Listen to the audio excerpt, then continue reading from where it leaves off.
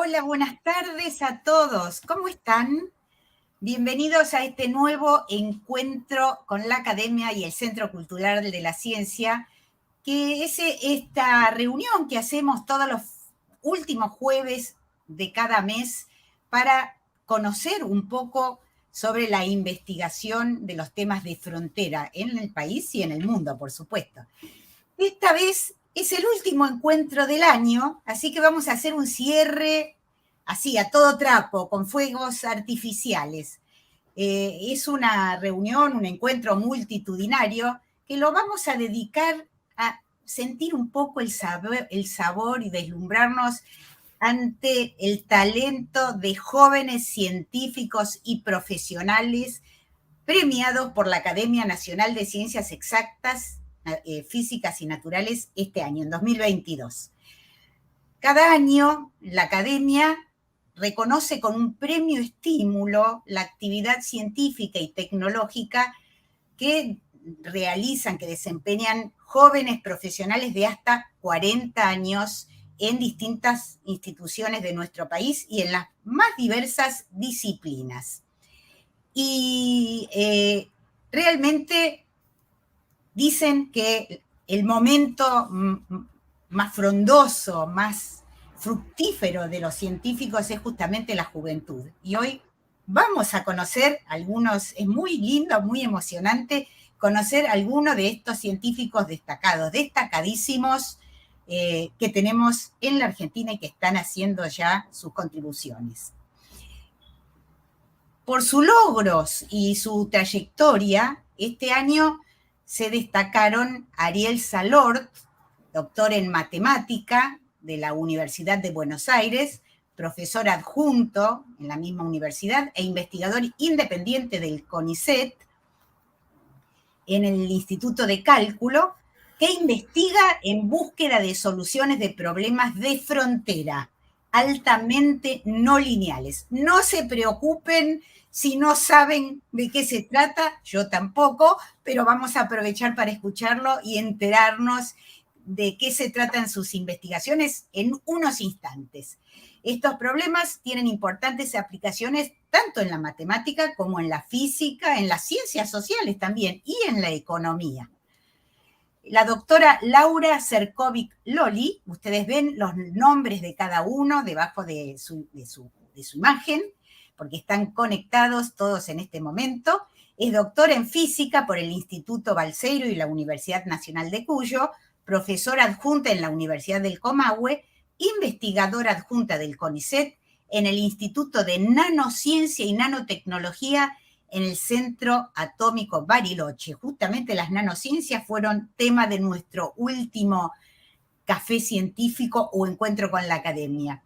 Investiga en física de superficies, en grafeno, materiales bidimensionales y plasmas de bajas temperaturas. Hola, ¿qué tal? ¿Cómo estás, Laura? El doctor Federico García, doctor en astronomía por la Universidad Nacional de La Plata, investigador asistente del CONICET en el Instituto Argentino de Radioastronomía. Investiga remanentes estelares compactos y extendidos en diversos escenarios astrofísicos, incluyendo supernovas, estrellas de neutrones y agujeros negros, esas bestias cósmicas de las que tanto se habla.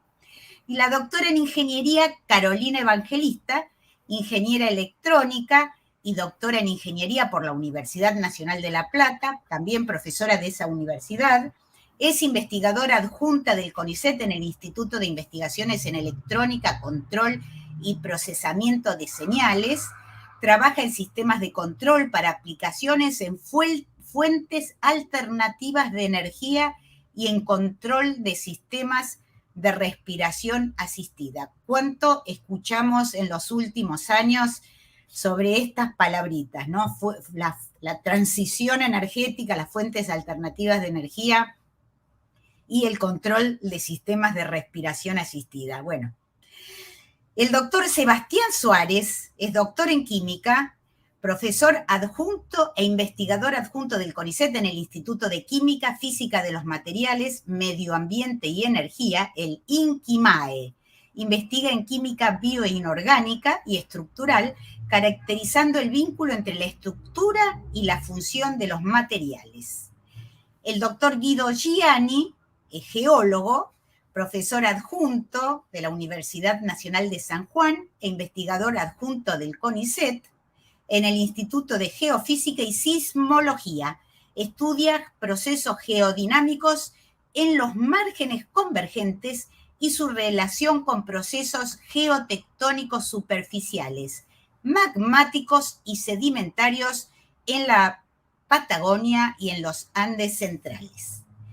Y María Inés Pérez Millán es doctora en Ciencias Biológicas, investigadora adjunta del CONICET en el Instituto de Biociencias, Biotecnología y Biología Transnacional de la Facultad de Ciencias Exactas de la UBA, especializada en neuroendocrinología y trabaja en diagnóstico genético e hipopituarismo.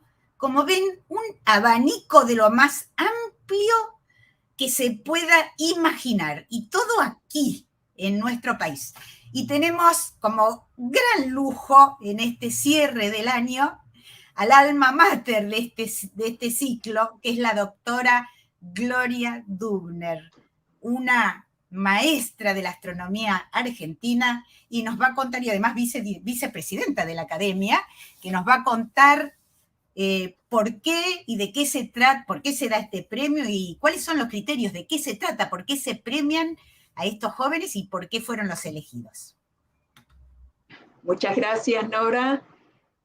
Brevemente, la Academia premia cada año lo que se reconoce la trayectoria de científicos con una trayectoria importante en la producción de la ciencia, pero un aspecto muy importante es los premios estímulo, justamente que se dan a jóvenes profesionales de hasta 40 años, y a partir de este año, de esta convocatoria, que se introdujeron algunas correcciones en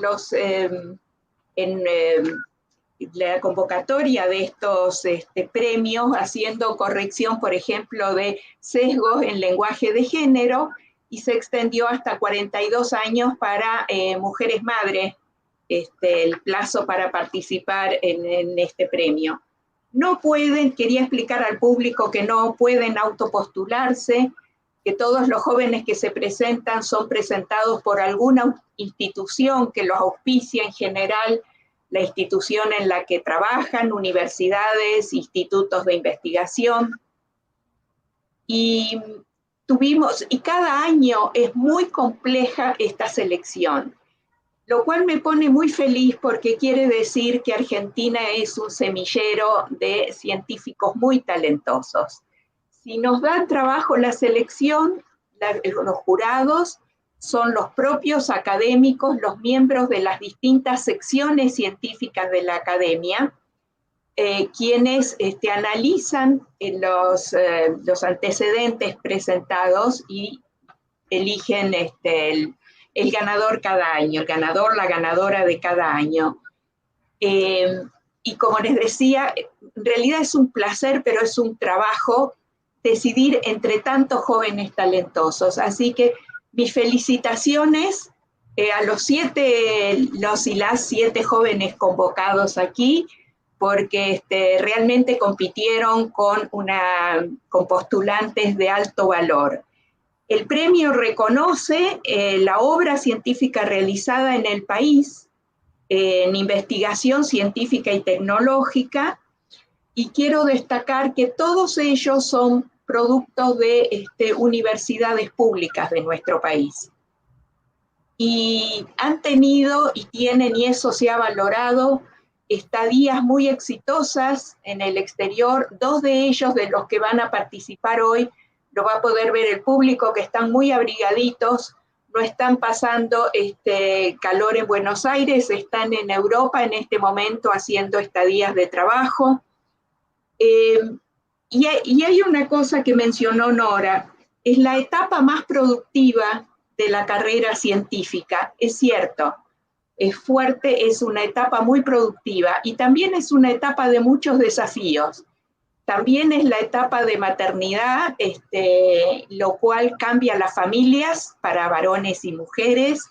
Es la estadía en el exterior es maravilloso por lo que pueden familiarizarse, conocer y aprender, y también es un desafío manejarse en otro idioma, otras costumbres, dejar los afectos más cercanos, los amigos acá.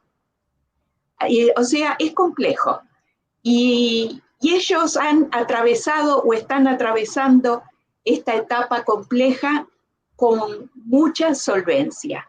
Así que los felicito a todos y yo también me voy a sentar a disfrutar y aprender un poco de todo lo que están haciendo. Gracias. Muchas gracias, muchísimas gracias, Gloria. Como decís, es un verdadero placer, es un privilegio poder escuchar de la gente que está haciendo avanzar el conocimiento, que nos cuenten en qué trabajan y que nos dejen atisbar un poquitito ese paisaje y esas fronteras en las que están trabajando, y más como hoy, que va a ser tan variado. Todos los que quieran hacer preguntas pueden hacerlo en el chat de YouTube, que al finalizar las exposiciones, cuando terminen de contarnos en qué trabajan, podremos hacer un ida y vuelta así de preguntas o que nos aclaren algún tema. Pero creo que Gloria definió muy bien lo que es y describió lo que es la carrera del científico. A uno le gusta cuando ve los grandes éxitos, ¿no? O cuando dice, ¡ay, qué bárbaro, este logro! Se llegó hasta acá. Ayer justamente se inauguró un telescopio único en la Puna Salteña y uno dice, qué maravilla, pero lleva 15 años de esfuerzos de 130 investigadores y lo que es trabajar a 5.000 metros de altura. Realmente una epopeya. Así que ya mismo vamos a escuchar qué tienen para contarnos estos jóvenes talentos. Y empezamos por una de las ciencias más temidas. Tiene mala fama, no sé por qué, porque es una de las más bellas, que es la matemática. Y le pedimos a Ariel Salort, que nos cuente en qué trabaja, pensando que nosotros somos legos y queremos entender en qué cosas están pensando algunos matemáticos en la actualidad. Bueno, muchas gracias, Nora. Bueno, gracias por la oportunidad de compartir acá las cosas que estamos trabajando. En este caso quiero contar algunos de los temas de los que estoy trabajando o que estuve trabajando, que son sobre ecuaciones diferenciales no locales, no lineales. ¿Sí? Las ecuaciones diferenciales lo que hacen es permitir modelar de manera matemática fenómenos provenientes de diferentes y variados ámbitos del mundo real. Es por eso que se usan modelos matemáticos que permiten estudiar situaciones que son difíciles de observar en la realidad y así se pueden analizar nuevos escenarios. Los modelos matemáticos permiten describir fenómenos muy diversos provenientes de la física, de la biología, la economía, la ingeniería, etc. Y juegan un papel fundamental en el mundo actual. Un tipo de ecuaciones diferenciales en la que trabajé, ¿sí? Son las que involucran las que se llaman ecuaciones en derivadas parciales. Y se llaman así básicamente porque involucran variaciones de diferentes cantidades que se contemplan en el modelo. Por ejemplo, el espacio o el tiempo. Si algunos ejemplos, acá hay 3 imágenes, si algunos ejemplos de ecuaciones que involucran derivadas parciales, por ejemplo, los que vienen de la economía, por ejemplo, el modelo de Black-Scholes, ¿sí? Es un modelo que se utiliza para minimizar la incertidumbre en el análisis de precio de opciones, el precio de acciones. Otro tipo de ecuaciones clásicas que se suele estudiar son las ecuaciones de Navier-Stokes, ¿sí? Que surgen de la mecánica de fluidos. Estas ecuaciones gobiernan muchísimos fenómenos, como la atmósfera terrestre, las corrientes oceánicas, el flujo de aire que pasa atrás de un avión cuando va volando o de un proyectil cuando es disparado. Y el entendimiento de estas ecuaciones es fundamental, por ejemplo, en la predicción meteorológica. Y está muy relacionado con lo que se llama el efecto mariposa, seguramente hayan escuchado. El aleteo de una mariposa en Japón puede provocar un huracán en Los Ángeles, por ejemplo. Y esto está muy relacionado con lo que se llama la teoría del caos. También suelen surgir ecuaciones, por ejemplo, que modelan las partículas cuánticas, ¿sí? Las ecuaciones de Schrödinger. Estas son ecuaciones que se pueden llegar a estudiar en esta teoría. Otro tipo de problemas en los que estoy trabajando son los que se llaman ecuaciones no locales y posiblemente no lineales, o muy no lineales, quizás. Sí, la no linealidad hace referencia a la manera en que interactúan las partículas del sistema. La no localidad hace referencia al comportamiento de las soluciones de este modelo. Los modelos que vimos en la pantalla anterior se basan en ecuaciones que dependen de manera puntual. Estos modelos no locales lo que permiten es un comportamiento global, ¿sí? Un comportamiento que no sea local. Y en algunos casos esto permite dar comportamientos de algunos modelos más precisos, ¿sí? Por ejemplo, en ecología o en biología se suele estudiar interacción de especies. ¿Sí? Si consideramos modelos que involucran ecuaciones locales y no locales al mismo tiempo, uno podría dar un modelado más preciso de la interacción entre especies y animales con diferentes comportamientos. ¿Sí? La teoría clásica estudia modelos predador-presa, pero no tiene en cuenta en principio el radio de acción de los animales a la hora del modelo. Uno, al considerar este tipo de modelos locales no locales, podría considerar, por ejemplo, un predador, por ejemplo, un ave, que tiene un gran rango de movimiento para buscar a su presa, por ejemplo, un pez, y este pez, la presa, quizás tiene un movimiento que está más confinado en una región pequeña, ¿sí? Entonces hay una interacción entre localidad y no localidad. Otro tipo de modelos que surgen en este tipo de teorías son modelos en matemática financiera. ¿Sí? Las ecuaciones no locales aparecen de manera natural, ya que el precio de activos puede ser modelado por lo que se llaman procesos de Levy. ¿Sí? Que básicamente es un movimiento aleatorio de partículas que permite desplazamientos de diferentes longitudes. Y en particular los precios son en estos procesos de salto. Esto aparece naturalmente porque en las finanzas los activos tienen cambios repentinos, ¿sí? Entonces se modela mejor de esta manera. Otro tipo de problemas en lo que se aplican ecuaciones no locales, por ejemplo, son procesamiento de imágenes no locales. ¿Sí? Si uno tiene una imagen con un ruido, como se ve acá con esta imagen del gato, y uno quiere reducir el ruido, sí puede aplicar algún algoritmo de reducción de ruido. En principio, uno busca reducir o sacar el píxel defectuoso, no buscando cambiar el color con los píxeles circundantes, sino analizando de manera global la imagen para buscar patrones que son similares al que se quiere quitar. Entonces, estos son algunos modelos de ecuaciones no locales.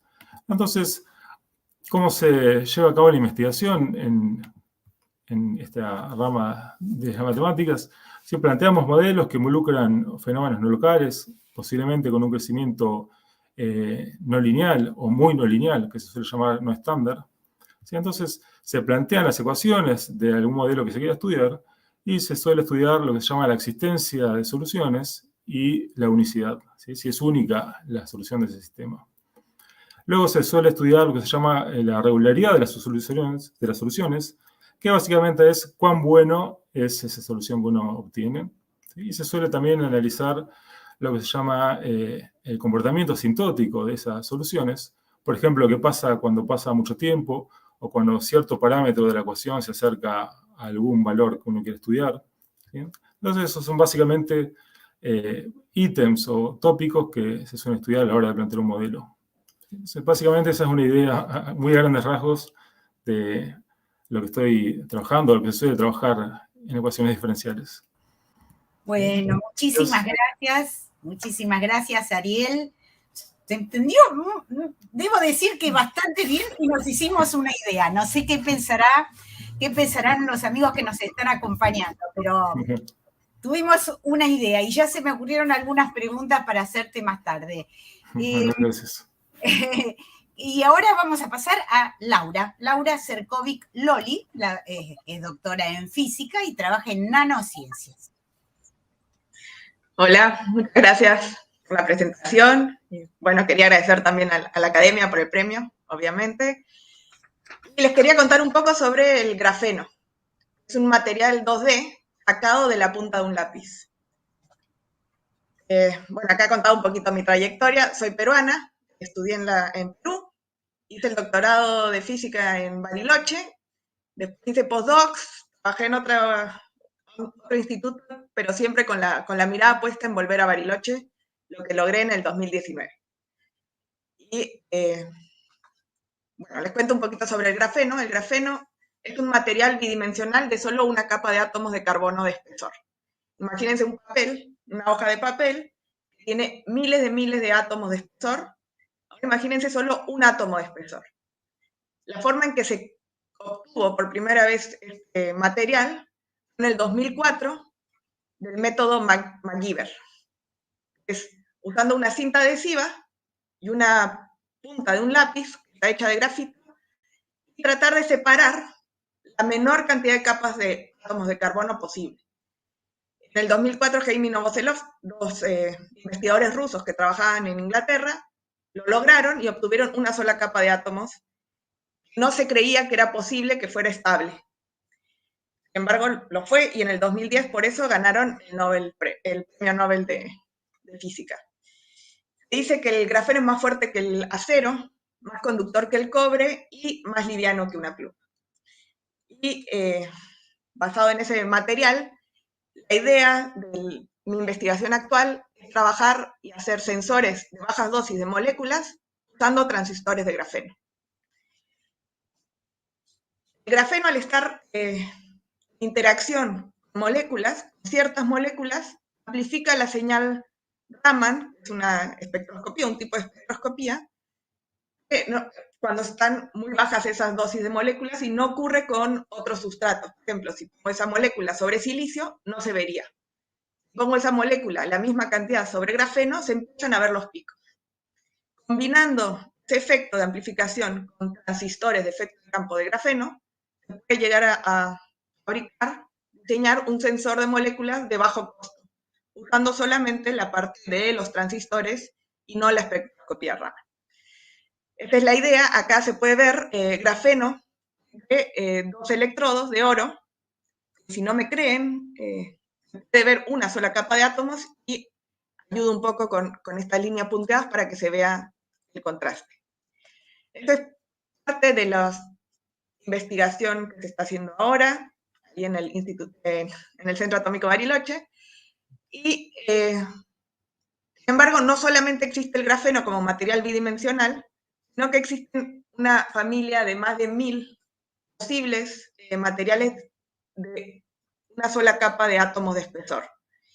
Entonces la idea es ver qué pasa si depositamos esos sustratos, los depositamos, por ejemplo, sobre oro o sobre grafeno. Buscando una estructura hexagonal, depende del sustrato en el que se depositan estos materiales, la estructura que se va a generar. Entonces hay unos resultados del antimonio, es un material, un semimetal, sobre oro, donde podemos ver que se hace una estructura rectangular. Estos son los átomos de antimonio. Mediante el microscopio de efecto túnel podemos ver átomo por átomo y podemos ver una estructura rectangular. Si al mismo antimonio con la misma dosis lo pongo sobre el grafeno, se puede ver una estructura hexagonal. Esto se verifica con la espectroscopía Raman.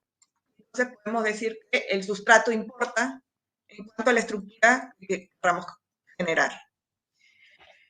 Después, algo que estoy empezando muy activamente es la docencia en la Universidad del Comahue, y así parte de la docencia es perfeccionarse día a día, y bueno, eso es algo que me importa mucho y estoy en eso, tratando de mejorar y tratando de perfeccionar la didáctica y definir qué temas se dictan en cada curso, porque no solamente dicto física para físicos, sino física para profesorado en biología, física para ingenieros, y bueno, un reto que me gusta.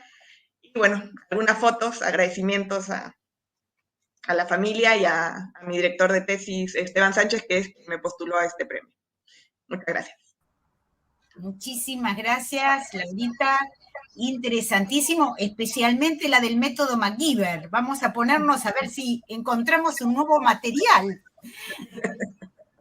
Es muy inspirador ese método. Bueno, ahora seguimos con Federico García, que es doctor en astronomía de la Universidad Nacional de La Plata, en el Instituto Argentino de Radioastronomía. Tal vez alguno ya ha visto las pantallas, ¿no es cierto?, las grandes antenas del instituto por ahí camino a La Plata. Así es. Bueno, muchas gracias por la presentación, gracias a la Academia por este espacio. Felicitaciones a todos mis colegas también.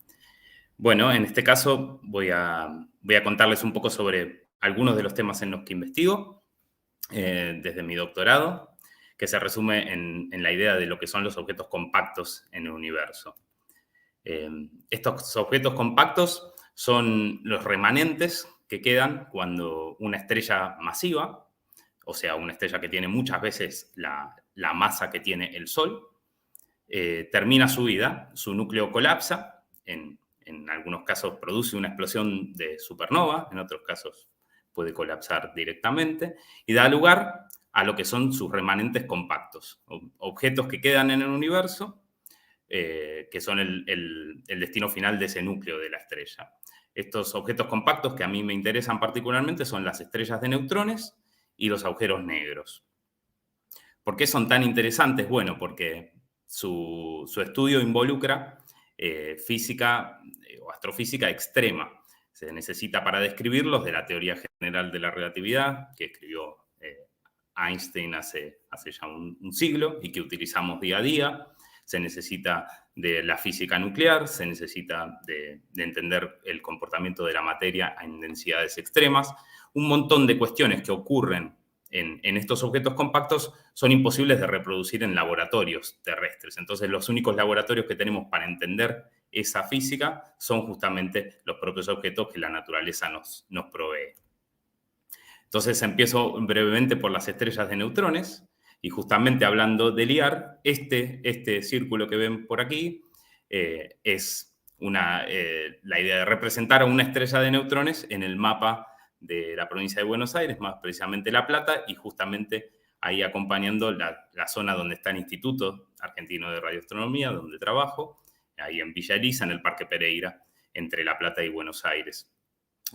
Y el dibujo está justamente a escala. Las estrellas de neutrones, estos remanentes del núcleo, tienen aproximadamente la misma masa que el Sol, pero concentrada en apenas un diámetro de unos 20 o 30 kilómetros. Un objeto muy, muy compacto. La densidad de estos objetos es básicamente la misma que la densidad, en promedio, que la densidad que tienen los átomos, los núcleos de los átomos, pero en un objeto macroscópico enorme de 30 kilómetros de tamaño. Una de las fenomenologías más asociadas a estas estrellas de neutrones que más nos interesa es la de que en radio estos objetos, o sea, en radioondas, pulsan. Y lo hacen de manera muy regular porque rotan muy rápidamente con periodos del orden de los segundos o hasta tan rápidos como milisegundos, o sea, miles de vueltas en un segundo sobre sí mismos. Estos objetos tienen un campo magnético muy intenso y giran alrededor de su eje de rotación inclinado y a través de su eje magnético emiten radiación, que puede ser capturada como si fuera un faro por las antenas, por ejemplo, que tenemos en el IAR. Estas son las antenas Barsavsky y Bajaja, que están en el Parque Pereira. Y con estas antenas podemos observar estos púlsares. Básicamente la señal que vemos es una señal de radio bastante ruidosa, pero si apilamos, conociendo el período que tiene esa pulsación, la apilamos en lo que se llama la técnica de apilado o foldeado de esos pulsos, terminamos descubriendo una señal. Y esa señal es como una especie de huella dactilar de cada pulsar. Cada pulsar tiene su propia señal, con su periodo particular y su forma determinada. Así que así podemos también reconocerlos. En este caso, es la forma de un pulsar detectado desde el IAR. Estos pulsares tienen periodos muy, muy estables, pero a su vez, debido a la radiación que emiten, se van frenando muy lentamente. Y podemos medir sus periodos y el cambio de su periodo a lo largo del tiempo de manera muy precisa y ubicarlos en diagramas para estudiar cuáles son, por ejemplo, sus campos magnéticos o qué edades tienen, etc. En general, su forma de evolucionar es muy precisa y directa, pero cada tanto tienen fenómenos en los que producen anomalías, o lo que se llaman glitches en inglés. Y en el IAR tenemos un proyecto dedicado a seguir a púlsares con uno de los objetivos es detectar estos glitches y comunicarlos e intercambiarlos en la comunidad. El proyecto se llama PUMA, que quiere decir Pulsar Monitoring en Argentina. Y en particular acá les muestro, por ejemplo, la detección que hicimos el año pasado de uno de estos eventos en el púlsar de Vela, y que gracias a que hacemos un monitoreo diario de estos púlsares de manera así muy rutinaria, pudimos detectar que tiene decaimientos exponenciales después de que ocurre este evento, en este caso 2 decaimientos, uno tan corto con un tiempo característico de tan solo un día. Y es algo que es muy difícil de lograr si uno no tiene un monitoreo como el que hacemos desde el IAR en Argentina. Por otro lado están los agujeros negros, que, bueno, son objetos aún más compactos que las estrellas de neutrones, que, bueno, digamos, lo que los define es la idea de que son tan compactos que la velocidad para escapar de ellos es más grande que la velocidad de la luz, por lo que no pueden emitir radiación desde su interior.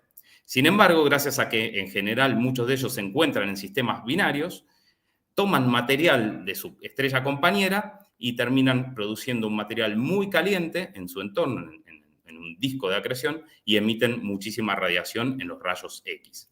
Parte de mis investigaciones surgen de utilizar satélites de rayos X que coleccionan estos datos y nos permiten estudiarlos. Las técnicas que usamos, brevemente les cuento, son básicamente, por un lado, estudiar sus espectros de energía, es decir, entender cómo se distribuye la energía que emiten en los rayos X y de esa manera encontrar componentes en estos objetos que están a miles de años luz de distancia, por ejemplo, encontrar que tienen discos de acreción, que tienen plasmas calientes que los rodean, o que tienen elementos químicos como el hierro que dejan su huella en sus espectros. Y por otro lado, estudiamos cómo esas señales se comportan en el tiempo a través de los espectrogramas, como similares a los que se hacen en la música, por ejemplo, y podemos encontrar frecuencias particulares en las que estos objetos oscilan y que nos cuentan sobre la geometría más cercana y cómo se comporta el espacio-tiempo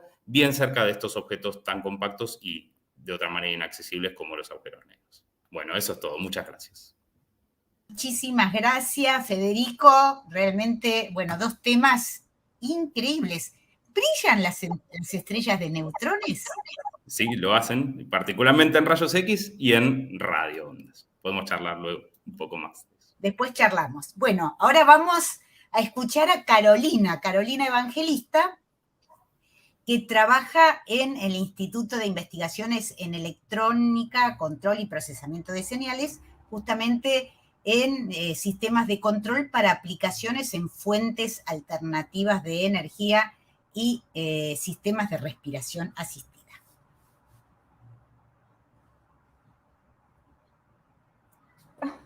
Bueno, ahí está. Gracias. Sí. Uy. Bueno, sí, la verdad es que trabajé principalmente, bueno, voy a empezar así, ¿no? Desde que me recibí como ingeniera en electrónica, vengo trabajando en el área que se llama de control automático. Y esto es, básicamente, de manera muy general, usar señales eléctricas para resolver problemas muy variados, de manera automática. Ejemplos de sistemas que usan control hay un montón, pero bueno, ahí se pueden ver varios en las imágenes. Yo les voy a contar algunos en los que he trabajado, un par nomás. Primero, en lo que empecé trabajando es en mejorar el rendimiento de turbinas eólicas. Y bueno, en realidad lo que hacen es, digamos, como tenemos viento, el viento es aire en movimiento, tiene energía. La turbina eólica lo que hace es nos permite transformar esa energía en energía eléctrica.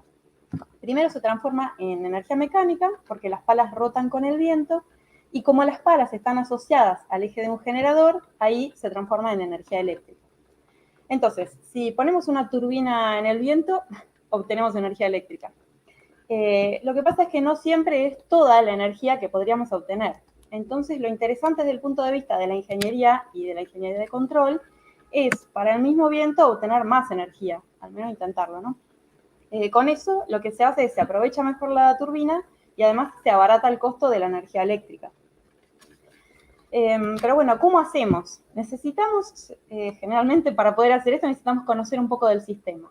Por un lado, medir algunas variables, por ejemplo, cuánto viento está midiendo. Y otra cosa bastante importante es saber de qué depende esta transformación de energía que queremos lograr. Para eso nos sirven los modelos dinámicos, que ya Ariel mencionó algunas de estas cosas, que son ecuaciones, básicamente, ¿sí? que lo que nos deja son ecuaciones que representan al sistema, y lo que nos deja es conocer cómo va a seguir evolucionando el sistema que tenemos, o sea, en este caso, predecir cómo va a funcionar si está soplando tanto viento. Entonces, por ejemplo, si queremos saber cuánta energía podemos obtener con una dada turbina, tenemos una ecuación como esta. Está muy simplificada, ¿no? Pero como ejemplo. Este coeficiente que puse acá es un número. Un tercio, un cuarto, un medio. Es un número menor que 1, que lo que nos dice es cuánta energía del viento podemos transformar en eléctrica. Su valor depende de cómo esté funcionando la turbina que tenemos y de cómo sea. Y lo que encontramos es que, aunque todas las turbinas son distintas, todas tienen una curva más o menos como esta. ¿Y qué nos dice una curva como esta? Bueno, que hay una relación de velocidades para la cual obtenemos máxima energía, una sola relación, ¿sí? Por ejemplo, en este caso, el máximo se da para 2, es decir, que si hacemos rotar las palas de la turbina al doble de la velocidad del viento, podemos transformar el máximo de energía que se puede con esta turbina del ejemplo. ¿Cómo hacemos para lograr que las palas giren al doble de la velocidad del viento todo el tiempo? Bueno, por un lado vamos a tener que medir la velocidad del viento y por otro, controlar la velocidad de rotación. Es decir, vamos a tener que frenar la turbina en algunos momentos y hacer que gire más rápido en otros momentos. Esto se puede hacer ajustando un poco las corrientes en el generador o también, por ejemplo, modificando un poquito el ángulo de las palas. Y ahí es donde trabajé yo, en decidir cuánto acomodar o ajustar y cuándo. Para eso necesité usar modelos dinámicos, hacer cuentas y después definir reglas de decisión que hagan que la turbina logre hacer esto de manera automática. Eso es hacer control, de manera muy resumida, ¿no? Un sistema de control en general se puede organizar así en bloquecitos.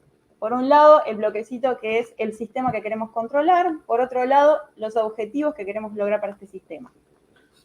Después, como dijimos, vamos a tener los sensores, que son los que miden las variables que necesitamos conocer del sistema. Y con eso, el bloquecito de control, el controlador propiamente dicho, es el que aplica estas reglas de decisión que le definimos y que le van diciendo al sistema cómo actuar. Es decir, controlan el sistema, ¿sí? Acá, bueno, como dije, a través del generador o del ángulo de las palas. Bueno, y para poder hacer un buen control es necesario, o es muy útil, tener un buen modelo del sistema a controlar. Por eso sirve las cosas matemáticas, ¿no?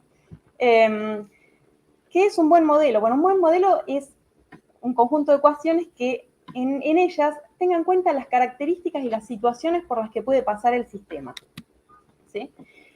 Pero bueno, no conviene poner todo lo que le puede pasar al sistema, porque cuantas más interacciones consideramos, más complicadas se ponen de resolver las ecuaciones. O sea, el que hace el modelo tiene que entender qué es lo más importante que hay que describir bien y qué no hace falta tanto. Bueno, y ahora, cambiando un poquito de tema, como había mencionado antes, esto del control se aplica en un montón de sistemas distintos. Yo trabajé muchos años en energías renovables, no solo energía del viento, sino también en algo de las olas.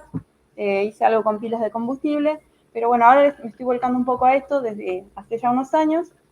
Y bueno, les cuento un poquito cómo se organizaría este sistema o de qué trata, ¿no? Cuando un paciente necesita un respirador, ahí tenemos un sistema que va a hacer falta controlar. El objetivo en cada caso lo va a definir el médico o el kinesiólogo, ¿sí? Por ejemplo, mantener al paciente respirando bien cuando está anestesiado o si tiene alguna enfermedad, ¿sí? Y bueno, vamos a necesitar también sensores para medir algunas variables del paciente y del respirador. Y con eso, usando modelos matemáticos, haciendo cuentas, es que se pueden determinar las reglas de decisión que van a hacer que el respirador pueda automáticamente cumplir los objetivos de la mejor manera para el paciente. Nosotros, eso, desde hace 4 o 5 años, en lo que estamos trabajando por ahora es en obtener mejores modelos del sistema respiratorio para poder después mejorar el control. Y bueno, esto es un poco un resumen en este ratito de lo que pudimos hacer, así que bueno, me gustaría agradecer, espero que se haya entendido. Lo explicaste tan bien que hasta parece fácil. Parece muy fácil hacerlo. Una maravilla. Bueno, seguimos con el doctor Sebastián Suárez, que investiga justamente el vínculo entre la estructura y la función de los materiales. No, hola Nora, gracias, ¿cómo estás? ¿Qué tal? Bueno, sí, la idea es contarles muy brevemente lo que hago y en realidad, como mencionábamos hoy en la entrega del premio, lo que hacemos. Soy un representante de un grupo de trabajo atrás de cada una de estas cosas, compuesto por estudiantes, por becarios, por becarias, por directores que me han formado, por gente a la cual formo. Digamos, es un gran grupo interdisciplinario con los cuales uno día a día va aprendiendo y trataremos de contarles brevemente en lo que trabajamos. Bueno, todo lo que desarrollo lo he hecho en la Facultad de Ciencias Exactas y Naturales de la UBA. Y principalmente, como vos anticipabas, parte de mi trabajo, o lo que me he formado es en tratar de hacer un diseño racional, digamos, tratar de entender y poder construir después materiales inteligentes, tratando de correlacionar la estructura que tiene ese material con la función que uno quiere que finalmente cumpla. Un ejemplito muy, muy simple y aprovechando la hora en la que estábamos, era contarles así un ejemplo gráfico con el café. Todos sabemos lo que es el granito de café. Algunos son más fanáticos que otros y, por ejemplo, en el caso de ahí de la imagen de la derecha es un tatuaje de la molécula de cafeína. O sea, uno puede saber cómo están unidos esos átomos para formar la molécula. Y nosotros, a través del equipamiento, del instrumental que tenemos en la facultad, lo que podemos determinar es lo que se encuentra a la izquierda, esas figuras con bolitas rojas, con bolitas azules, con palitos grises. Bueno, eso es, si uno pudiera meterse adentro del granito de café, uno puede entender efectivamente cómo están conectadas esas distintas moléculas de carbono, de nitrógeno, de oxígeno, que es la que componen los distintos materiales. Y en función de eso, no siempre los materiales se ordenan de la misma forma. Y en ese ordenamiento o en esa forma de interacción después vendrán las propiedades que tiene. Una propiedad muy simple, por ejemplo, es la solubilidad. ¿Cuánto se disuelve de un material, de un compuesto, por ejemplo, en agua? Bueno, muchas veces no alcanza solo con saber qué compuesto es, sino que uno necesita saber esa forma en la que está organizada y eso le va a cambiar sus propiedades. Un ejemplo simple, digamos, como para que se entienda un poco la idea general. Esto después nosotros lo aplicamos a distintos campos, desde energía, puede ser para ambiente, puede ser para salud o para diversos sistemas. En el caso de energía, por ejemplo, hay materiales que responden de distinta manera frente a un estímulo con la luz. Entonces cambian esa posición de los átomos cuando uno lo estimula con ciertas longitudes de onda de la luz, y es parte de lo que estudiamos. En otro tipo de sistemas uno también puede modificar químicamente un material, cambiarle un pedacito, bueno, y tratar de ver eso. Nosotros estamos usando para baterías también, unido un poquito con lo que contaban recién de energías renovables. Y me voy a ir ya para el lado de salud, que es una de las áreas en la cual también trabajo, que tiene que ver nosotros, una de las cosas que hacemos, por ejemplo, es modificar o formular sistemas para permitir hacer difusión de fármacos, en este caso a través de la piel. Estamos estudiando, en este caso, la enfermedad de tuberculosis, o sea, cómo mejorar el transporte de fármacos antituberculosis a través de la piel en función de sistemas transportadores. Y cómo hacer que eso logre permear, o sea, que logre pasar el fármaco a una velocidad que uno quiera hacerlo. Relacionado con eso, digamos, ese sistema que nosotros estamos usando, son emulsiones. Una emulsión es algo que muchas veces tenemos en nuestras casas. Por ejemplo, si uno mezcla agua con aceite, tiene el dibujito que está a la izquierda. Si uno pone agua y aceite, típicamente tiene el agua abajo, el aceite arriba, no se mezcla. Pero, por ejemplo, si uno pudiera batirlo, si uno lo mezcla muy rápido, en ciertos casos sí se mezcla. Eso también es algo que por ahí quien está en la cocina puede saberlo. Una mayonesa se hace así. Uno agarra huevo, aceite, lo mezcla muy rápido y se forma la mayonesa. Bueno, eso es una emulsión. Nosotros lo que hacemos es controlar la cantidad de agua, la cantidad de aceite o fase ólea con la que nosotros trabajamos. Se agrega el fármaco y eso después analizamos cómo cambia o cómo modifica el traspaso a través de la piel. Relacionado con temas salud, y porque es algo que me acompaña ya hace 17 años, cuando empecé en toda esta aventura, y primero como estudiante de grado, después haciendo la tesis doctoral, esto lo hice en colaboración y con Marcelo Martí y con Fabio Doktorovich, que es el desarrollo de un sensor para una molécula chiquitita, ahí que dice HNO, literalmente es una molécula que tiene solo 3 átomos, es una molécula que interviene en el sistema cardiovascular, tiene algunas acciones preventivas de infartos y de ACV, y nosotros lo que hemos hecho en todo este tiempo es hacer un desarrollo de un sensor para poder medirla, no solo para poder intentar medir cuánto hay en un sistema, sino también, por ejemplo, si uno tiene un fármaco que dé esta molécula, o sea, uno se toma una pastilla que pueda generar esta molécula, bueno, poder saber en el tiempo cuánto hay. Y este fue un desarrollo de ciencia básica. Empezamos haciendo un estudio de ciencia básica completo durante un montón de años, y una vez que finalicé mi tesis, después pasamos a tratar de llevar eso que uno había aprendido en ciencia básica a algo concreto, algo tangible, algo que pudiéramos tener en una mano, y finalmente, después de mucho esfuerzo, lo logramos. Es lo que tienen ahí a la derecha, el dibujito de ese palito. Ese fue como el primer modelo. Después, hoy por hoy, lo llevamos a algo que se parece mucho más a una lapicera, si quieren, ¿no? Algo que uno puede agarrar y sumerge la punta en una solución y mide. Y básicamente, como les contaba, después de bastante esfuerzo, logramos llegar a algo que es tangible. De hecho, no solo desarrollamos la lapicera, digamos, sino que también con diversas colaboraciones hemos logrado desarrollar también el adquisidor, o sea, el equipito que junta los datos, que recibe la información y que se conecta a una computadora. Y también hemos logrado achicarlo. Ese equipito que adquiere la información ahora se conecta por un USB a una computadora, y es algo que a nosotros nos permite hacer un montón de experiencias por ahí o alrededor del país o en otros países, transportando algo que ahora es chiquito y muy útil. Así que ese fue un ejemplo de cómo uno va pasando, empieza haciendo ciencia básica y en algún momento lo puede convertir en una tecnología aplicada. Y no quería terminar simplemente para que quede, sabiendo que ahora con las nuevas tecnologías esto va a quedar grabado. Les quería dejar simplemente 3 pequeñas filminas por si alguien se quería contactar. Como decía, esto no es algo que uno hace solo. Con Florencia Di Salvo actualmente dirigimos el grupo de Química Estructural e Ingeniería Cristalina en la Facultad de Ciencias Exactas y Naturales en el INQUIMAE. No solo hacemos colaboraciones científicas, sino que también por el equipamiento que tenemos, suele ser muy útil en el ámbito de la salud, todo lo que les conté, en especial para lo que es empresas farmacéuticas que hacen control de calidad de fármacos.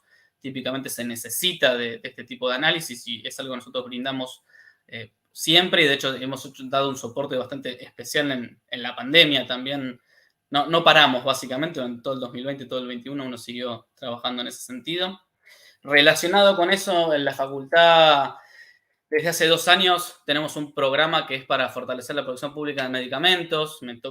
Tengo el honor de ser el coordinador y de tratar de interactuar con otras instituciones. La Argentina tiene una larga historia y una tradición en esta temática, y bueno, nos hemos intentado sumar y aportar nuestro granito de arena, tanto conglomerando a la gente interna de la Facu como interactuando con otras universidades, con otras facultades. Ayer tuvimos un encuentro con la Facultad de Farmacia y Bioquímica que fue realmente muy bueno y muy fructífero.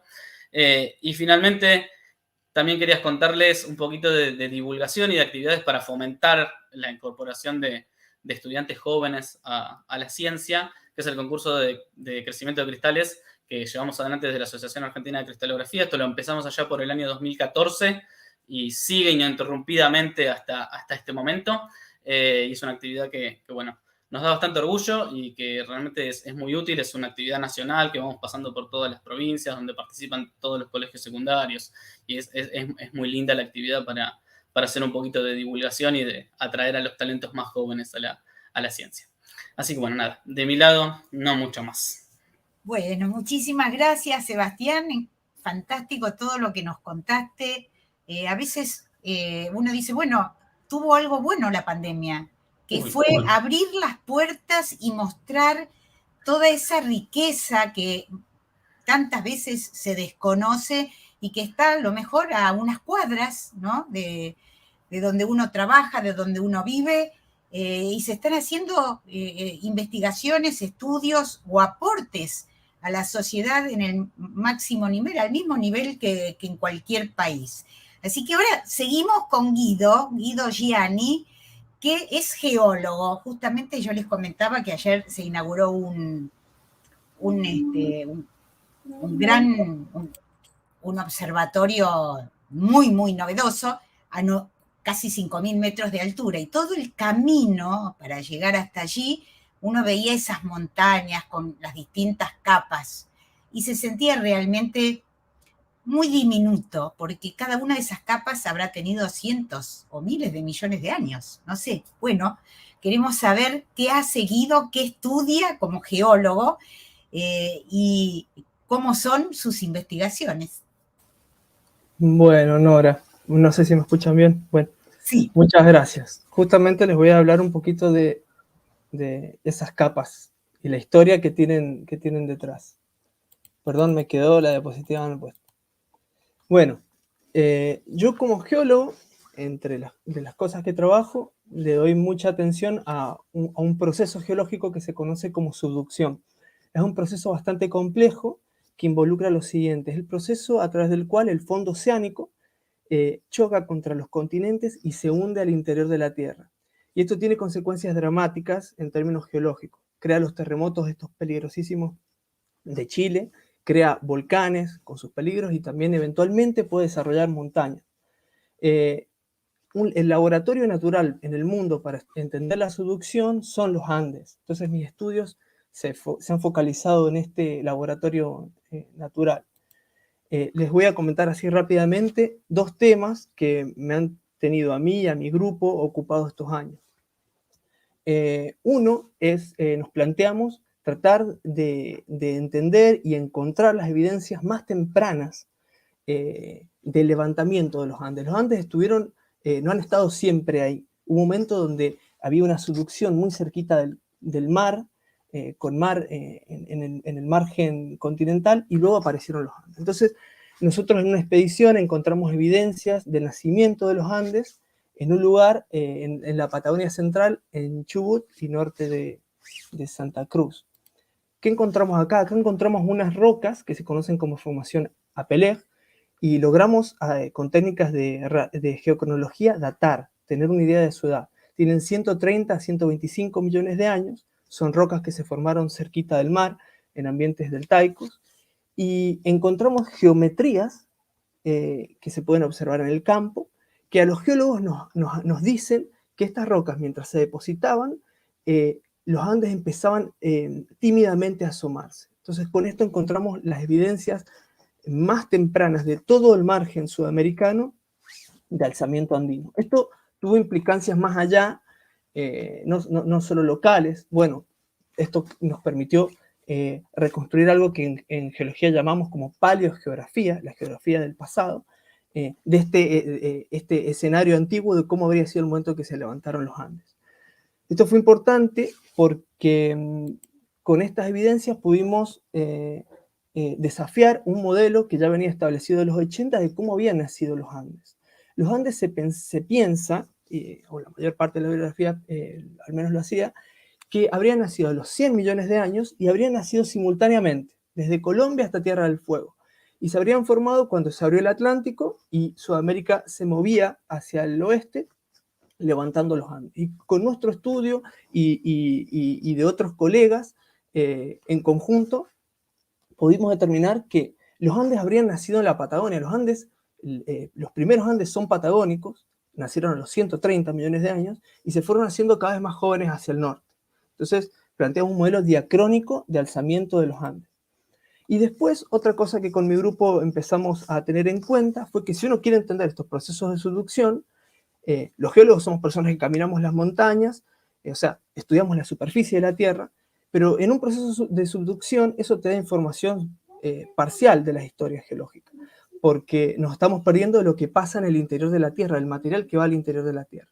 Entonces, los últimos años empezamos a incluir el estudio de tomografías sísmicas, que son unas especies de radiografías que, por decirlo así, son imágenes que usan ondas sísmicas y nos permiten mapear con relativa resolución estas antiguas placas oceánicas subductadas o hundidas dentro del manto. Entonces, uno puede estimar la edad de estas placas si las encuentra y conectarlas con la superficie. Entonces, tener una historia geológica compleja. Y un último trabajo en relación a esto es un trabajo del 2019 que hicimos con mis colegas sobre el origen de la cuenca neuquina. La cuenca neuquina es importante, es famosa por su formación Vaca Muerta, es la cuenca más importante en términos de hidrocarburos, y había mucha discusión acerca del origen de esta cuenca. Esta cuenca se habría formado por un adelgazamiento o estiramiento cortical hace 220, 200 millones de años, ¿sí? En el periodo Triásico. Pero no se sabía el origen y tampoco se entendía bien qué relación tenía con estos procesos de subducción. ¿Había subducción? ¿No había subducción? Nosotros, estudiando estas tomografías sísmicas y datos geológicos y demás, encontramos que el momento en el que se forma la cuenca neuquina, esto en azul serían placas oceánicas antiguas, acá encontramos en colores cálidos una interrupción de la subducción, ¿sí? Y eso nos llevó a proponer que esta cuenca tan importante se había desarrollado en un momento en el cual la subducción andina habría sido interrumpida, se habría roto, lo cual habría facilitado el desarrollo de esta cuenca. O sea, en vez de formar montañas, la subducción empezó a formar cuencas, estirar el continente. Así que bueno, esto es un poquito de lo que he estado haciendo estos años y bueno, le agradezco mucho la atención. Muchísimas gracias. También se me ocurren algunas preguntas que vamos a dejar para después. Y ahora finalizamos con la doctora María Inés Pérez Millán, que es doctora en Ciencias Biológicas y trabaja en neuroendocrinología, diagnóstico genético e hipopituarismo.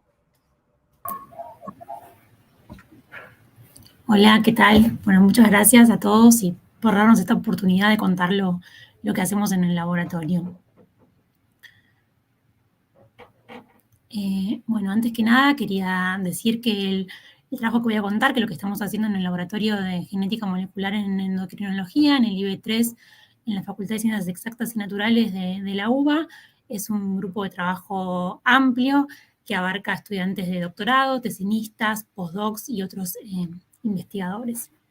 Nosotros estudiamos la hipófisis o pituitaria, que es una glándula chiquitita que está en el centro de la cabeza.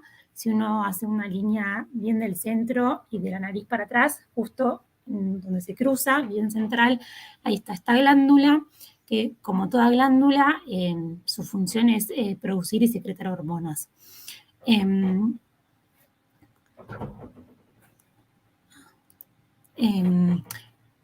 Está compuesto por distintos lóbulos, pero en particular nosotros estudiamos lo que es el lóbulo anterior, que tiene muchas células distintas y cada grupito de células está encargado de producir distintas hormonas. Hay células que producen hormona de crecimiento, que como su nombre lo indica, nos involucran en el crecimiento, sobre todo en los niños y la adolescencia. Otro grupo de células secreta la prolactina, que es una hormona que su rol más conocido está involucrado en lo que es la lactancia materna, pero también algo que a mí siempre me llama la atención o que es como, no sé, que te dan ganas de seguir investigando, es que otros animales, no solo los mamíferos, por ejemplo los peces, también tienen prolactina, lo cual nos da un indicio de que no solamente está involucrado en lo que es la lactancia, sino también hay estudios que la relacionan con lo que es el control de la temperatura corporal o el metabolismo. Un grupo de células diferentes se producen lo que es la hormona estimulante de la tiroides, que estas hormonas se producen en la hipófisis, pero viajan por la sangre hasta la tiroides y participan en todo lo que es el metabolismo corporal. Otro grupo de células diferente producen y secretan dos tipos de hormonas, las folículo-estimulantes y las luteinizantes, que son hormonas que en las mujeres participan en lo que es el desarrollo del ovario y de los óvulos, y en los varones, en los testículos, producen la formación de espermatozoides y testosterona. O sea, que están involucrados en lo que es el desarrollo de la pubertad y fertilidad. Y por último, otro grupo de células producen lo que se llama la corticotropina, o tiene también otros nombres diferentes, pero bueno, para hacerlo más sencillo, la corticotropina, que es una hormona que actúa en una parte del riñón, que es la glándula suprarrenal. Tenemos el riñón y arriba está la corteza suprarrenal. Esta hormona actúa ahí, que su rol principal, y capaz más conocido por todos, es la producción de cortisol. Y el cortisol actúa y nos ayuda a actuar frente a situaciones de estrés y también a regular lo que es la vía de azúcares y lípidos. Entonces, bueno, espero haberlos convencido de que esta glándula, si bien es muy chiquita, actúa en un montón de cosas en nuestro cuerpo y si se forma mal o está ausente o tiene algún problema, cualquiera de estas vías se ve afectada y podemos llegar a tener problemas, manifestaciones clínicas, desde casos severos hasta moderados. Nosotros en el laboratorio en particular estamos interesados en lo que es el desarrollo de la hipófisis que se da durante el desarrollo del embrión. Esta glándula se desarrolla en el humano entre la semana 4 y 8 del embarazo y es un proceso muy complejo como todo lo que pasa durante la formación de un embrión, ¿no? Entonces, lo que estudiamos por un lado, más del lado de la parte de ciencia básica, estudiamos cómo es este proceso, qué cosas son importantes para que la hipófisis crezca y se desarrolle normal, porque hay un montón de genes y proteínas que se necesitan para que esto pase, y el control de estas cosas es muy minucioso. Si tenemos un poquito más de una cosa, un poquito menos de la otra, ya generamos patologías. Entonces, por un lado, estudiamos con modelos animales y con células in vitro este proceso, y por otro lado, estudiamos patologías asociadas a mal desarrollos de la hipófisis. O sea que hacemos las dos cosas. Un poco vamos de lo que es la mesada del laboratorio al paciente y al revés, del paciente al laboratorio. En particular, tenemos interés en una patología que se llama hipopituitarismo, que parece medio un trabalenguas, pero bueno, como su palabra lo indica, hipo es chiquito y pituitarismo viene de la pituitaria, o sea que la hipófisis es chiquita o en algunos casos puede ser que esté ausente o mal formada. En los casos congénitos, que significa que el problema fue de origen genético y que se dio una malformación de la glándula durante la embriogénesis. Las características clínicas de estos pacientes, por lo general, todos comparten que tienen baja hormona de crecimiento, o sea que baja talla, no, o sea, no crecen estos chicos, y después viene asociado de un montón de otros trastornos, de cosas menos complicadas a cosas muy complicadas que si no son tratadas no producen letalidad de la persona. Bueno, como estamos en época de mundial, no podía dejar de mencionar que Messi tuvo deficiencia de hormona de crecimiento, no sé, todos sabemos que tuvo que hacer un tratamiento con hormona de crecimiento recombinante y esto es una de las patologías que estudiamos. ¿Y cómo lo hacemos? Nos interesa más que nada el origen genético de estas enfermedades, entonces de estos pacientes obtenemos ADN y buscamos mutaciones. Buscar mutaciones en el ADN es una tarea muy difícil porque es como encontrar una aguja en un pajar. De todo el ADN, que es un montón de cada persona, quizás la mutación es una sola. Y bueno, en el laboratorio tenemos herramientas bioinformáticas y de algoritmos de computación que nos ayudan un poco a discernir esto. Y una vez que las encontramos, pueden ser mutaciones que ya sean conocidas, que ya se sepan que causan la enfermedad, o también pueden ser mutaciones nuevas o genes que aún no fueron descritos antes. Entonces, otra cosa que hacemos en el laboratorio es estudiar más en profundidad. Si, por ejemplo, encontramos genes nuevos asociados a esta enfermedad, los testeamos en modelos animales. Por un lado, en peces usamos zebrafish, que uno puede mutar al gen que está estudiando, o sea, sacarlo, dejar que no se exprese más y ver qué le pasa al pez. Y por otro lado, también hacemos estudios más sencillos en células en cultivo. En vez de ir a un animal que capaz es más complejo, los experimentos llevan más tiempo, en células en una placa a veces es más sencillo, aunque a veces no, pero bueno, lo intentamos. Y bueno, después no quería dejar de mencionar que colaboramos con Este trabajo lo hacemos en colaboración con un montón de hospitales de todo el país, ya sea públicos y privados, y algo como novedoso o algo importante de lo que hacemos es que estos pacientes no estaban, por lo general, diagnosticados o testeados genéticamente como de rutina, sino que se testeaban capaz alguno u otro nada más. Y bueno, nosotros en el laboratorio, en estos proyectos de investigación, logramos secuenciar a una cohorte muy grande de pacientes con deficiencias hipofisarias de nuestro país. Bueno, eso.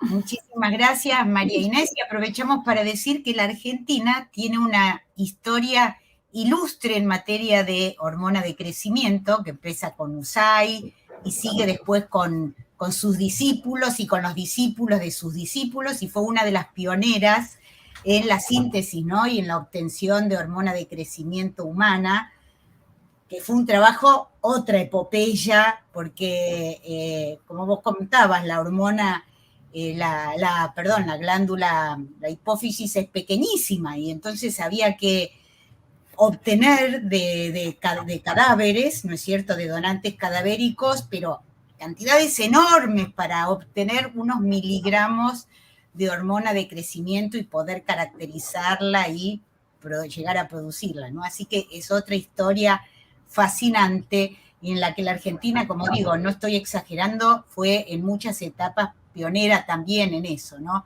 Así que, bueno, interesantísimo. Resulta que la hipófisis es como una llave maestra en el organismo. ¿Viste? Sí. Yo empecé mi tesis de doctorado trabajando en hipófisis, pero al revés, en tumores. O sea, en vez de chiquitas eran gigantes y secretaban muchas hormonas y a partir de ahí me quedé con la hipófisis. Es todo lo que sigue mi carrera. ¿Hay otra glándula que produzca tantas hormonas diferentes? No, se la llama la glándula maestra, de Master Gland. Es la principal. Realmente impresionante. Bueno, no veo preguntas del público, pero como les decía, aprovecho privilegio de coordinadora del encuentro y me gustaría preguntarle a Ariel, modela la realidad, qué importante es la matemática, que aunque uno no se dé cuenta, está en nuestra vida a cada momento, está allí, aunque ninguno de nosotros se dé cuenta muchas veces, otras veces sí es obvio, ¿no? Pero ¿por qué es tan difícil modelar la economía y fallan tanto los pronósticos económicos? Sí, es una buena pregunta.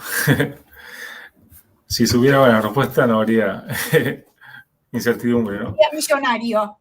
Claro. Todos estos procesos se basan en procesos aleatorios, básicamente, y lo que uno trata de hacer es, de alguna manera, reducir esa incertidumbre, ¿sí? Pero nunca se puede llegar a una certeza total, ¿no? Es probabilístico eso. Así que uno trata de acercarse lo más posible. Estas ecuaciones no locales, por ejemplo, se basan en lo que llaman operadores que tienen cierta probabilidad de salto, ¿no? Esto que decía de las acciones tienen procesos de salto. Entonces, saltar más lejos tiene una probabilidad más chica, quedarse más cerca, una probabilidad más alta, por ejemplo.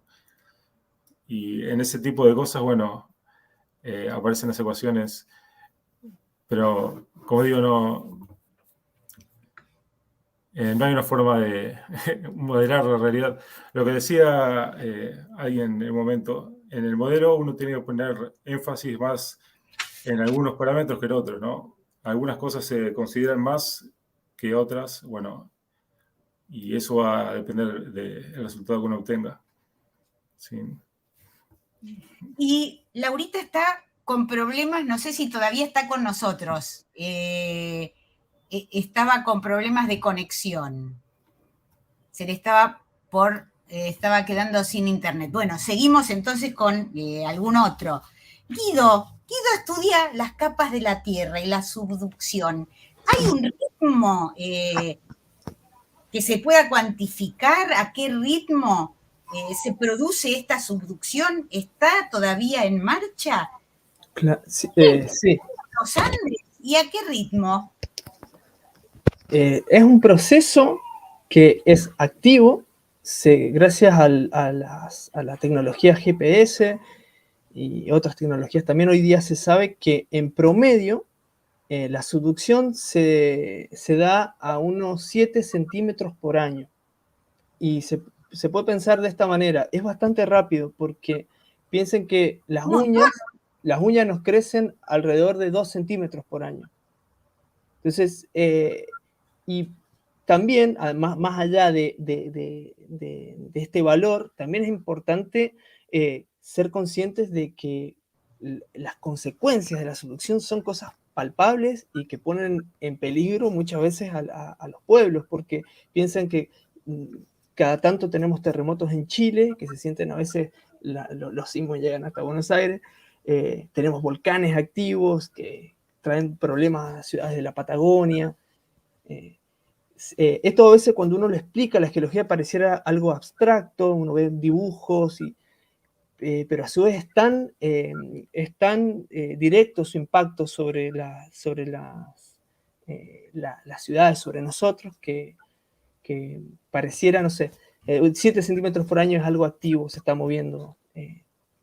Impresionante, porque la Tierra a nosotros nos parece inmutable, por supuesto que toda la cubierta, nosotros justamente la modificamos, pero pareciera que las montañas, las costas, es algo eterno, ¿no? Sí. Sin embargo, sabemos que en la época de los dinosaurios la Patagonia no era como es hoy. Pero claro, son procesos tan extendidos en el tiempo que pareciera que no se pueden detectar. Y bueno, como vos decís, 7 centímetros es un montón. Es un montón. ¿Y los Andes entonces siguen creciendo? Los Andes siguen creciendo. Hay lugares, yo soy sanjuanino, y hay lugares, si no me equivoco ahora, me matan la gente que se dedica exactamente a esto, no es lo que me dedique, pero alrededor, San Juan está ahí en la precordillera de San Juan, y en el orden de milímetros por año, eso se está apretando, ¿sí? Las montañas se levantan básicamente por un proceso de esta subducción, aprieta el margen y hace que se levante la cordillera. Bueno, está cuantificado en varios lugares y alrededor de 0,1, 0,2 milímetros por año ese alzamiento de la precordillera. Y como les digo, hay lugares donde ese alzamiento es todavía mayor y es más, se ha estudiado más.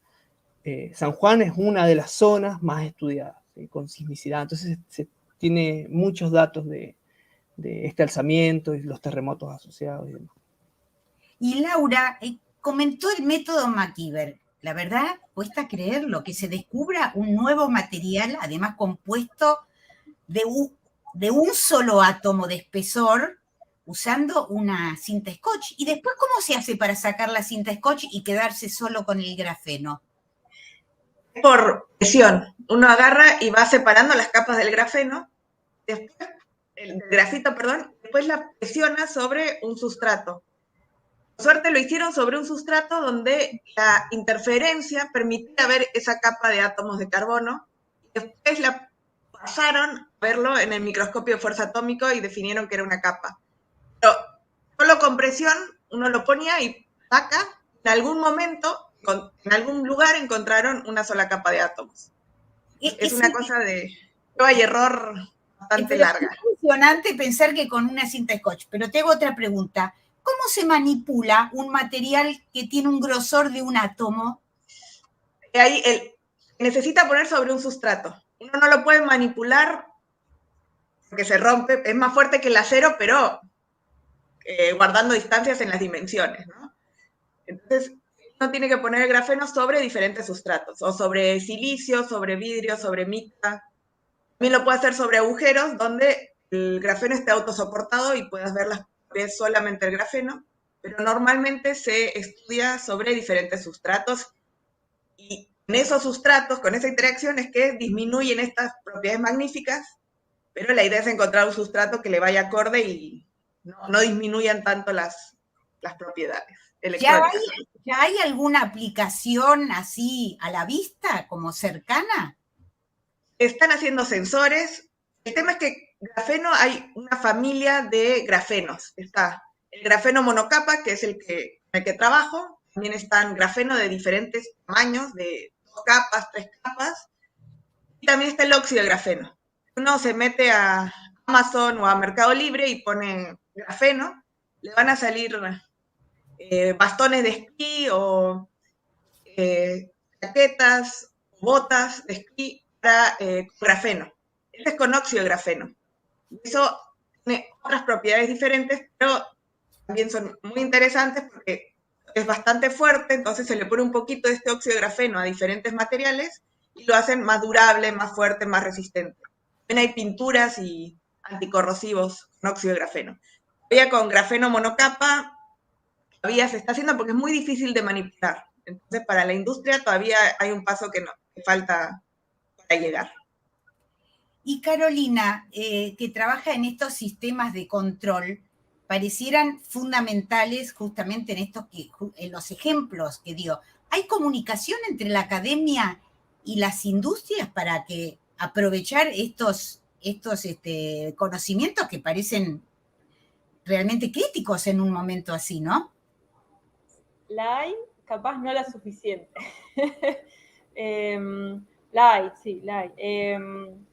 Hay algunas, acá en Argentina hay algunas empresas que sí, digamos, hacen mucho desarrollo y se hacen cosas, por ejemplo, digamos, la parte de satélites, la orientación de satélites, todas las turbinas que hay instaladas, las grandes que se ven más en el sur, tienen control metido adentro, digamos, y eso, digamos, no es que sea desarrollado. No es que lo ha desarrollado en la universidad y los pone ahí, hay alguna cosa así, pero sí se transfieren estos conocimientos, digamos, que las empresas usan, digamos, lo que... O sea, hay técnicas de control, no sé, me perdí un poco en la... Tengo una pregunta, porque Gloria Dubner al comienzo decía que se corrigieron los criterios del premio por el sesgo de género. Vos pertenecés a una de las áreas que creo que deben ser más resistentes a la participación de las mujeres, o resistentes, o que las mujeres realmente la cultura, las tradiciones, se les hace más difícil imaginarse como ingenieras. Les resulta a lo mejor más fácil imaginarse como investigadoras en biomedicina, incluso en física, en matemática, pero la ingeniería todavía tiene muy baja participación de mujeres. ¿Cómo fue tu recorrido? Sí, la ingeniería y sobre todo la electrónica. Sí, digamos, éramos 120 y éramos 2, 3 mujeres, digamos. La verdad es que yo, digamos, he recorrido todo bastante bien, digamos, siempre,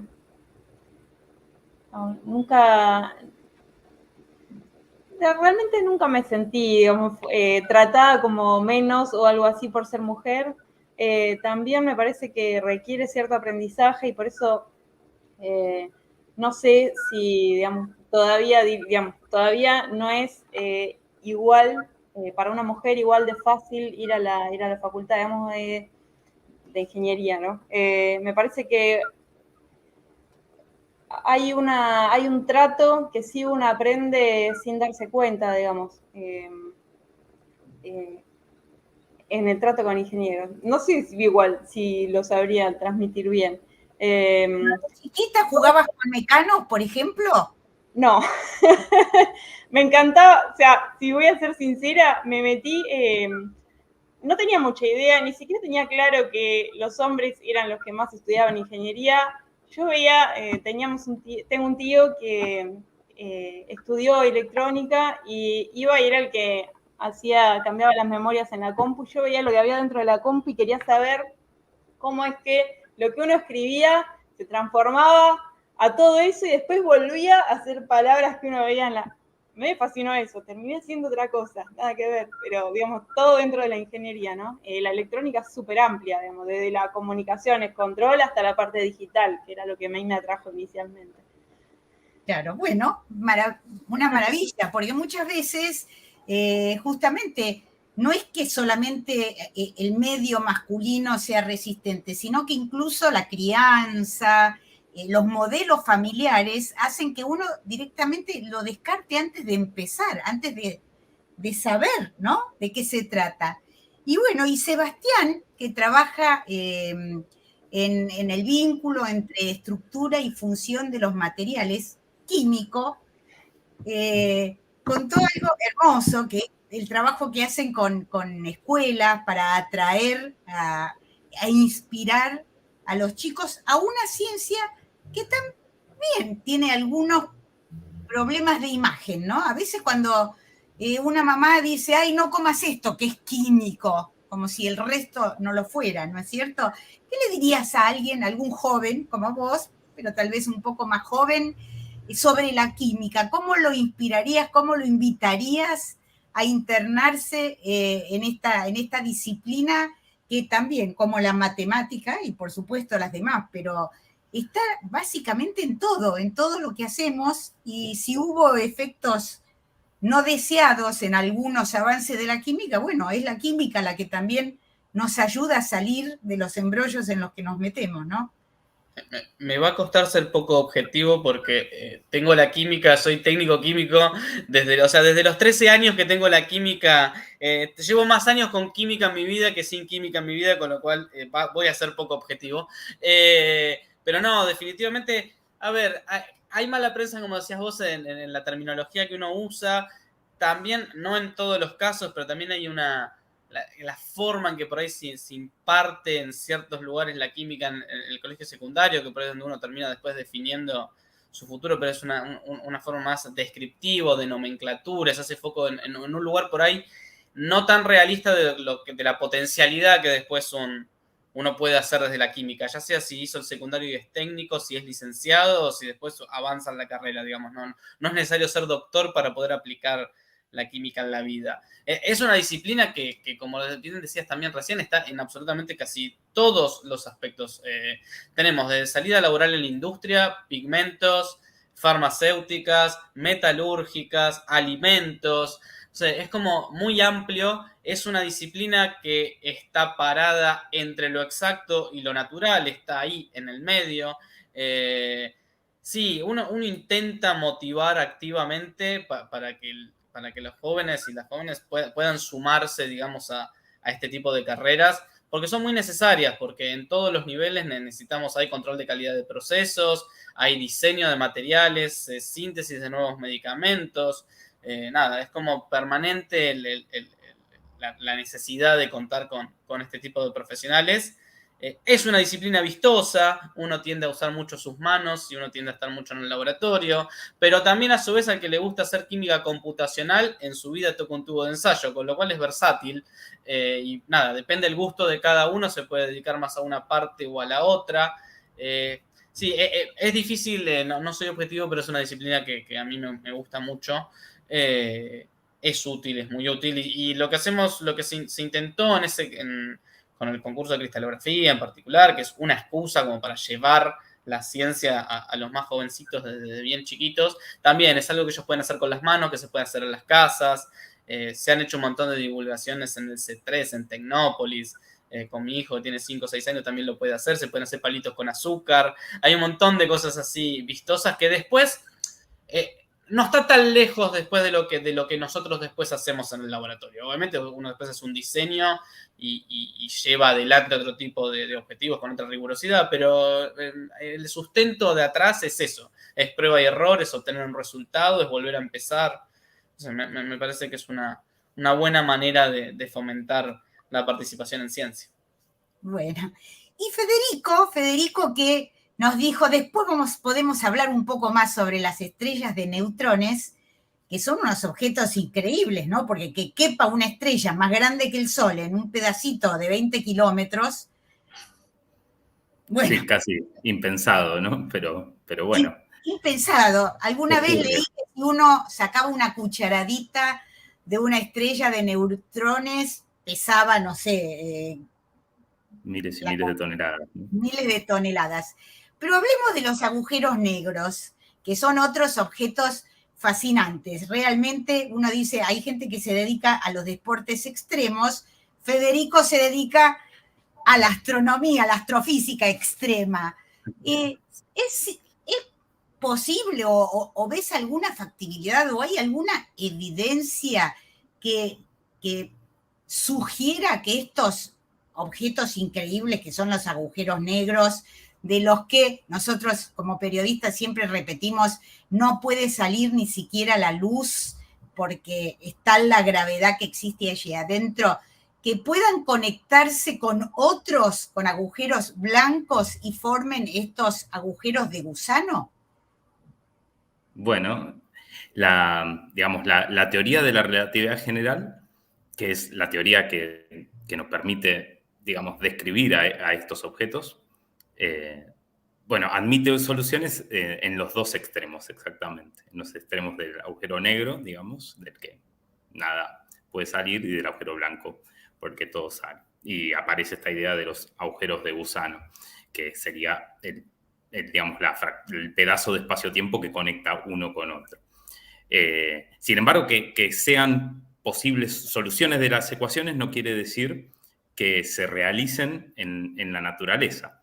De los agujeros negros ya tenemos mucha evidencia coleccionada en los últimos 50 años, por poner un número, sobre su existencia. Tenemos agujeros negros que son el resultado del colapso de estrellas, o sea que tienen masas de algunas decenas de veces la masa del Sol, y de esos hemos encontrado un montón, primero por su radiación en rayos X de sus entornos, como esto que les contaba en sistemas binarios, y más recientemente, en los últimos 7 años ya, también a través de las ondas gravitacionales, porque estos agujeros negros son tan extremos que producen otro tipo de ondulación, que es la ondulación del propio espacio-tiempo, y cuando dos de estos agujeros negros se aproximan entre sí, emiten esta radiación muy intensa y hasta se fusionan y producen nuevos agujeros negros, y cuando lo hacen recibimos un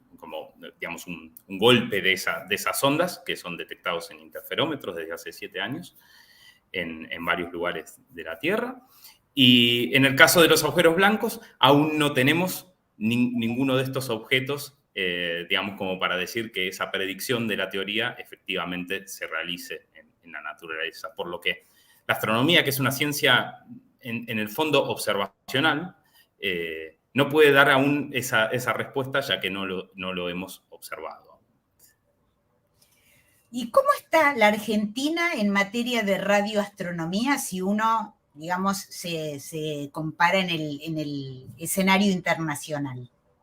Bueno, Argentina, tenemos una tradición muy antigua en lo que es Sudamérica, pioneros gracias a Varsavsky, que fundó el IAR hace ya 60 años. Justamente la semana pasada se desarrolló un workshop por los 60 años del IAR, y en ese workshop también se contó cómo es la participación de Argentina en lo que es la radioastronomía, por ejemplo, porque se está impulsando el observatorio Llama, ahí donde estuviste vos visitando, donde se instaló el instrumento CUBIC también. Entonces, Argentina pretende a través de estos nuevos instrumentos también antenas como CART o otras antenas de espacio profundo que se instalaron en Argentina, como DCA3 o la antena que hay en Neuquén, una para lo que es la red de satélites europeos, y otro caso es para China. Y Argentina de a poco va poniendo nuevamente a la radioastronomía, digamos, en una situación más moderna, con instrumentos actuales que se están desarrollando ahora y que son de punta. La idea desde el IAR también es desarrollar un instrumento interferométrico, y nosotros, en particular, en mi caso, en lo que son estrellas de neutrones, estudiamos púlsares, usando todavía las antenas históricas del instituto, que fueron revitalizadas, digamos, en estos últimos 5 años para este proyecto, ya que quedamos inmersos en una zona que hay muchas interferencias electromagnéticas, porque estamos muy cerca de grandes conglomerados urbanos, pero los púlsares, que son muy intensos y podemos detectarlos por esta huella temporal que tienen, podemos hacer un montón de ciencia a pesar de estar allí, utilizando estos viejos instrumentos. De cualquier manera, son viejas las antenas, pero los receptores están en proceso de actualización y mejora continua, con lo cual podemos hacer este tipo de ciencia todavía, incluso desde el propio instituto, físicamente, en el lugar. Bueno, muchísimas gracias. No sé, tienen un minuto para decir lo que quieran.